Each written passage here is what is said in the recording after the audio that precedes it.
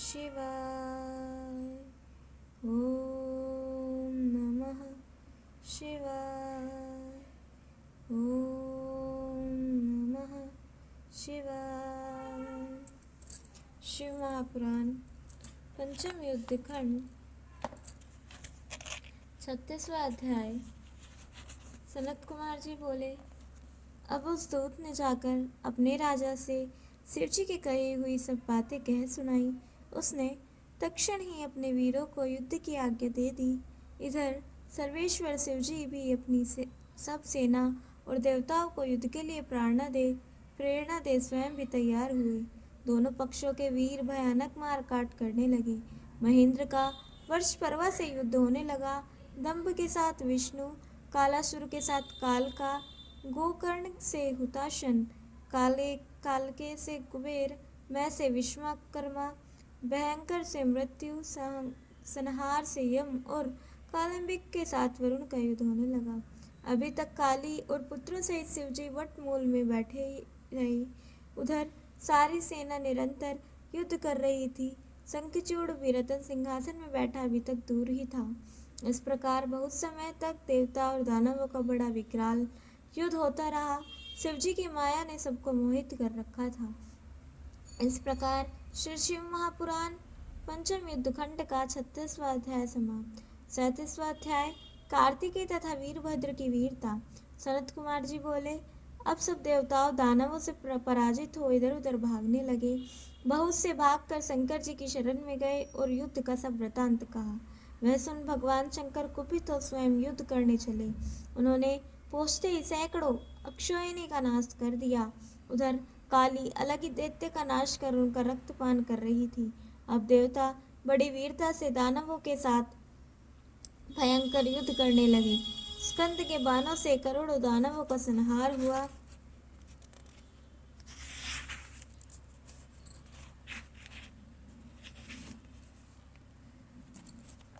तब अपनी सेना का इस प्रकार संहार होते देख दानवराज शंखचूड़ स्वयं युद्ध को तैयार हुआ।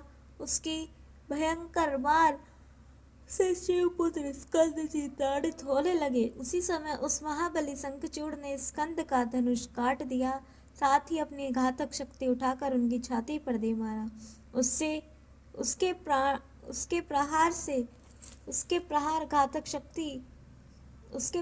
से स्कंद जी को क्षण भर के लिए मूर्छा हो गई। पश्चात मूर्छा से उठकर स्कंद जी ने एक ऐसी विष बुझी शक्ति उठाकर जो उसे मारी तो उसके प्रहार से शंखचूड़ पृथ्वी पर गिर पड़ा और बहुत काल तक मूर्छित रहा। पश्चात उठकर उसने भी कार्तिकेय पर अपनी शक्ति का प्रहार किया, जिसके लगने से वे मूर्छित हो पृथ्वी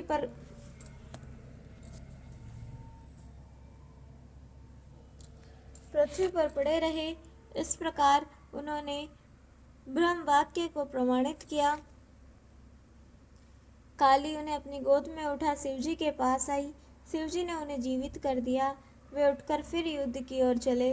उसी समय काली फिर युद्ध में गई और कार्तिकेय की रक्षा करते हुए दानवों का श्रवण करने लगी। दोनों पक्षों के वीर विकट संग्राम कर रहे थे। इस प्रकार श्री शिव महापुराण पंचम युद्ध खंड का 37वां अध्याय समाप्त। 38वां अध्याय भद्रकाली शंखचूड़ युद्ध। सनत कुमार जी बोले, अब देवी ने युद्ध भूमि में भयानक सिंहनाद चंडियों वीरों का रक्तपान कर नाचने लगी। तब काली को इस प्रकार सम्रारूढ़ देख दानवेंद्र शंखचूड़ स्वयं उनसे युद्ध करने आया। काली ने प्रलयाग्नि के समान घोर बाण वर्षा की, परंतु राजा शंखचूड़ ने वैष्णव अस्त्र चलाकर उसे शांत कर दिया। तब देवी ने नारायण अस्त्र चलाया। दानवेंद्र रथ से उतर उसे प्रणाम करने लगे। इससे वह अस्त्र स्वयं ही शांत हो गया। तब देवी ने ब्रह्मास्त्र छोड़ा। दानवेंद्र रथ से उतर उससे भी बच गया। ब्रह्मास्त्र से बचकर उसने मंत्रपूर्वक देवी पर घोर बाण बरसाया। देवी उन सब बाणों का श्रवण करने लगी। साथ ही ऐसा घोर गर्जन करने लगी कि उससे दानव भयभीत हो भागने लगे। पश्चात जब महाकाली ने पाशुपतास्त्र का प्रयोग किया तो उसकी अमोघता की रक्षा से रक्षा के लिए आकाशवाणी ने रोक दिया, क्योंकि उससे उसकी मृत्यु नहीं लिखी थी।